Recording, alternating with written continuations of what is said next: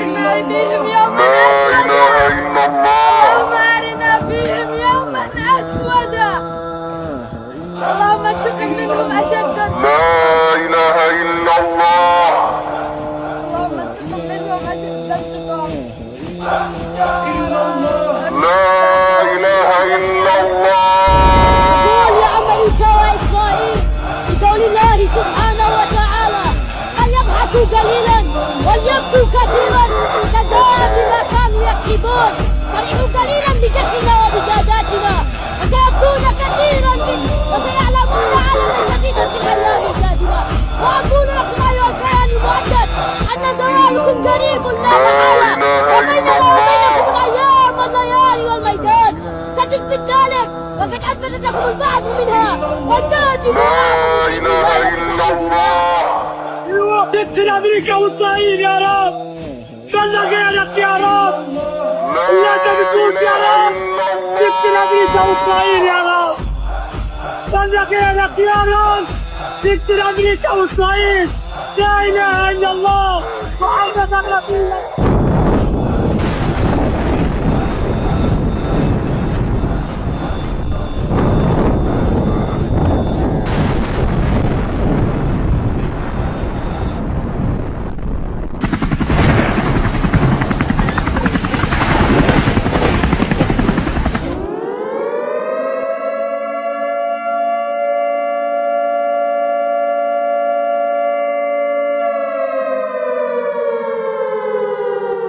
Little fire tornado. That's amazing. We see it quite often in heavy fires like this, but look at that. It's just spinning, it's creating its own weather in there, its own wind, and it will bring up the fire right off the ground like that in a spike.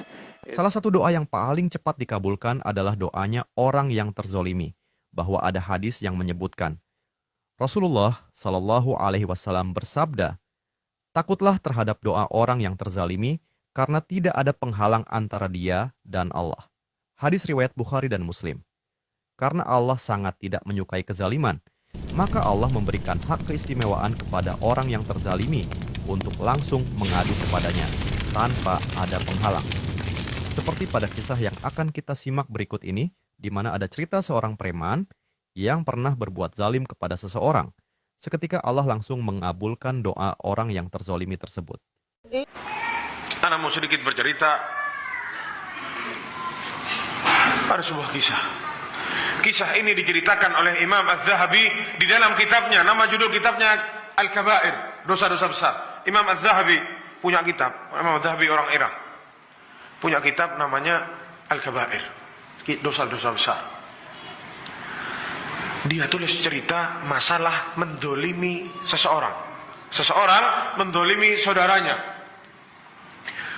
Di dalam bab itu ada kisahnya. Dia tulis kisah. Suatu hari, ini Imam Az-Zahabi nulis kisah dari temannya. Ada temannya Imam Az-Zahabi duduk di pasar. Mungkin punya toko di pasar, duduk di pasar temannya. Sebentar lagi ada orang jerit-jerit bilang, barang siapa yang melihatku jangan sekali-kali mendolimi seseorang. Jerit-jerit, man ra'ani fala yadhlimanna ahada. Barang siapa yang melihatku jangan sekali-kali mendolimi seseorang. Terus jerit-jerit kayak orang azan di pasar, kayak gitu, jerit-jerit. Ini si temennya Imam Az-Zahabi ini kepo para jamaah. Pengen tahu nih apa maksudnya omongannya. Fudul, tahu antum, kepo. Kalau bahasa anak muda sekarang kepo. Wah, ini aneh nih. Dipanggil sama temannya Imam Zahabi. Fulan, saya mampir dulu sebentar. Halus caranya. Sini mampir dulu. Mau ditanya maksudnya inti ngomong itu apa? Kenapa ini ngomong kayak gitu? Barang siapa yang melihatku jangan mendolimi seseorang. Oh ya, cerita si bapak ini. Katanya si bapak ini, dulu saya itu preman. Sudah tahu kita preman, tukang palak di jalan, ganggu orang, semau-mau dia. Badannya besar, punya pengikut banyak di belakangnya, jadi pemimpin dia. Bosnya, anak buahnya banyak di belakang. Dan ana sering bikin onar. ganggu orang. Satu hari, ana lewat di pinggir pantai, ana lihat ada nelayan baru merapat dari laut, bawa ikan ada di perahunya. Ana lihat ikan itu, ana tahu ini ikan zen, ikan kalau dimakan pesta. Ana sama ana punya anak buah ini di belakang. Enak ini dibakar atau dimakan. Ana samperin, katanya dia, nelayan ini, sini kasih ikannya. Nelayan sudah setengah mati nyari ikan, dapat ikan mau dijual di pasar buat kasih makan anak sama istrinya, sama dia diminta kasih ke anak. Bukan ditawar berapa harganya saya beli, enggak. Kasih ke anak ikannya. Si nelayan kecil. Si nelayan bilang, "Wallahi la utik. Wallah saya tidak akan kasih kamu. Inni abi'uha qutan li'iyali fala amlik illa hadhihi samakah," kata dia. Ini akan saya jual untuk ngasih makan anak istri anak. Saya tidak punya lagi, cuma punya ikan ini. Kasih enggak? Sini kasih. Jenis samakah, kata dia. Kasih ikannya. Katanya dia, ini orang tetap tidak mau ngasih. Ana pukul orang ini, ana tendang, ana ambil ikannya, besar ikannya, ana pikul ikannya. Bisa apa nelayannya? Ngelawan, dikeroyok, mati. Ya sudah, paling tidak dia sudah bela diri, ternyata kalah, dibawa ikannya sama si nelayan. Sama si preman, dibawa. Subhanallah. Tidak jauh dari situ, si ikan ini belum mati ternyata para jamaah sekalian. Masih gerak-gerak. Digigit jarinya siapa? Si preman ini. Katanya preman, ana tidak pernah merasakan sakit lebih sakit dari digigit ikan yang sedikit itu. Wallahi laqad rawadani minal alam ma la ya'lamuhu illallah, kata dia. Sakitnya tidak ada yang tahu kecuali Allah Subhanahu wa taala. Sakit yang luar biasa ana rasakan sakit. Ana buang ikannya, ana sudah tidak mikir ikan itu. Ana pulang ke rumah, ana ikat tangan ana dan lain sebagainya, dia nyari obat, tetap sakit sampai akhirnya ana pergi ke dokter, ke tabib. Zaman dulu ada dokter, tabib, katanya orang dulu. Lapor ini ana sakit, gimana pengobatannya? Dicek sama tabib. Oh ini penyakitnya yang menjalar itu apa? Infeksi. Kalau ini tidak dipotong, ini akan menjalar ke tangan yang lain. Atau kalau tidak salah, tabibnya bilang ini sudah sampai, infeksinya sudah sampai ke telapak tangan. Kalau telapak tangan mudah dipotong, ini akan menjalar semuanya ke tanganmu. Lebih baik dipotong. Oke, kalau begitu potong aja. Potong.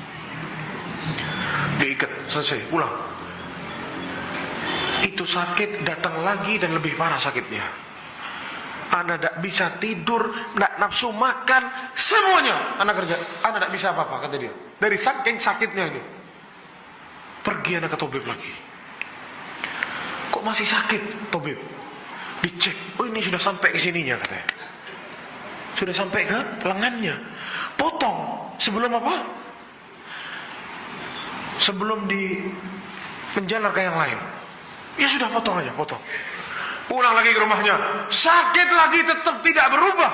Sakitnya seakan-akan tangan itu tidak pernah dipotong. Datang lagi ke tabibnya, ini gimana? Oh ini sudah menjalar. Tabibnya, dokter zaman dulu itu tidak kayak zaman sekarang. Zaman sekarang itu ilmu kedokteran jauh dari Al-Quran. Dia tidak percaya bahwasanya ada andil Allah Subhanahu wa taala. Oh ini mati karena begini dan begitu. Begitu kan? Jadi seolah-olah tidak ada sentuhan ilahi istilahnya. Kalau tabib zaman dulu itu enggak. Dia itu merasa, coba setelah yang ketiga orang ini datang, dia ini merasa tabibnya, akhi, barangkali antum ini punya salah sama orang. Barangkali antum ngambil haknya orang, orangnya ada ikhlas dan lain sebagainya. Kok ini aneh penyakitnya, mestinya sudah sembuh. Terus kalau enggak kamu ini akan habis semuanya. Coba cari kenapa penyakitmu ini, apa sebabnya, ingat-ingat coba. Jadi tabibnya mengingatkan ini orang bahwasanya mungkin punya salah sama orang, minta maaf. Si preman bingung, anak ini preman punya salah banyak sama orang. Orang mana yang anak punya salah? Coba ingat ini apa? Apa namanya pangkal penyakitmu ini? Apa ujungnya? Dari mana itu penyakit datang? Dipikir sama dia. Oh, ini penyakit mulai saat ana ngambil ikan dari nelayan itu. Dan tidaklah ikan yang ana ambil kecuali ikan itu menggigit jari ana dan sampai sekarang tangan ana sakit. Nah, kata dokternya itu kan, ente cari sekarang nelayannya. Minta dihalalkan, ente minta maaf sama nelayan itu. Cepetan sebelum kamu habis digerogoti sama penyakitmu ini. Oh begitu ya, ya dicari sama nelayan ini para jamaah sekalian. Tidak ketemu. Dicari sama nelayan, tidak ketemu. Akhirnya para jamaah sekalian, si preman ini ketemu sama nelayan. Setelah beberapa hari dicari dengan menahan sakit, ketemu sama nelayan ini. Itu dikejar nelayannya para jamaah sekalian, dipegang, dia bersimpuh di depan nelayannya, nangis-nangis, minta maaf, maafkan anak, halalin, tolong. Nelayannya bingung, ini siapa kata nelayannya? Lupa nelayannya. Ini sudah agak lama kejadian. Bangun, bangun, dilihat. Nelayan ini mau lihat mukanya. Bangun, kenapa? Siapa itu? Anda tidak tahu. Nangis-nangis minta maaf. Apa yang dikatakan sama nelayannya? Apa yang dikatakan sama premannya? Ana adalah preman yang dulu ngambil ikan dari kamu secara paksa itu. Dan tidaklah ikan itu bikin tangan ana habis. Itu nelayan saat diingatkan sama preman ini, nangis nelayannya para jamaah sekalian. Kenapa nangis? Ditanya sama si preman. Si nelayan bilang, sudah bangun, iya ana maafkan. Ana sudah maafin, sudah. Bangun, bangun. Bangun, iya sudah. Ana mau tanya satu, kata premannya. Ana mau bertanya satu pertanyaan kepadamu, wahai nelayan. Apakah saat aku mengambil ikan darimu itu, engkau berdoa kepada Allah Subhanahu wa taala? Awalnya tidak ngaku para jamaah sekalian. Iya sudah, ana maafkan. Jawab, berdoa tidak kepada Allah? Iya. Ana mengatakan sesuatu kepada Allah Subhanahu wa taala. Dengerin doanya para jamaah sekalian. Jangan main-main sama zalim. Ya Allah, kata si, ya Rabb, kata si nelayan. Innaka araitani quwwata hadha zalim fi dha'fi. Ya Allah, sungguh engkau telah memperlihatkan kepadaku kekuatan orang kuat ini di hadapanku. Kekuatan si zalim, si preman ini di hadapanku. Yang mana aku lemah ya Allah. Fi dha'fi, di atas kelemahanku. Tapi Allah, fa'arini quwwataka fi, tolong ya Allah, tunjukkan kekuatanmu kepada orang ini. Itu doanya. Tunjukkan kekuatanmu kepada orang ini ya Allah. Selesai. Habis tangannya gara-gara apa? Doa. Masya Allah. Banyak pelajaran yang bisa kita ambil dari kisah ini. Maka dari itu, jangan pernah meremehkan kekuatan doa orang yang terzalimi. Meskipun mereka terlihat lemah di dunia, Allah memberikan hak istimewa kepada orang yang terzalimi untuk langsung mengadu kepadanya tanpa ada penghalang. Bahkan, walaupun orang tersebut bukanlah seorang muslim, namun ketika mereka berdoa, cepat atau lambat doanya pasti dikabulkan oleh Allah. Kezaliman dalam bentuk apapun tidak akan luput dari perhatian Allah. Allah Maha mengetahui segala perbuatan manusia dan balasan atas kezaliman tersebut pasti akan datang, baik di dunia maupun di akhirat. Allah berfirman, janganlah sekali-kali kamu mengira bahwa Allah lalai dari apa yang diperbuat oleh orang-orang zalim. Sesungguhnya Allah memberi tangguh kepada mereka sampai hari yang pada waktu itu mata mereka terbelalak. Al-Quran Surat Ibrahim ayat 42. Semoga kita dijauhkan dari kezaliman dan menjadi hamba yang selalu berbuat adil. Semoga video ini bermanfaat. Assalamualaikum warahmatullahi wabarakatuh.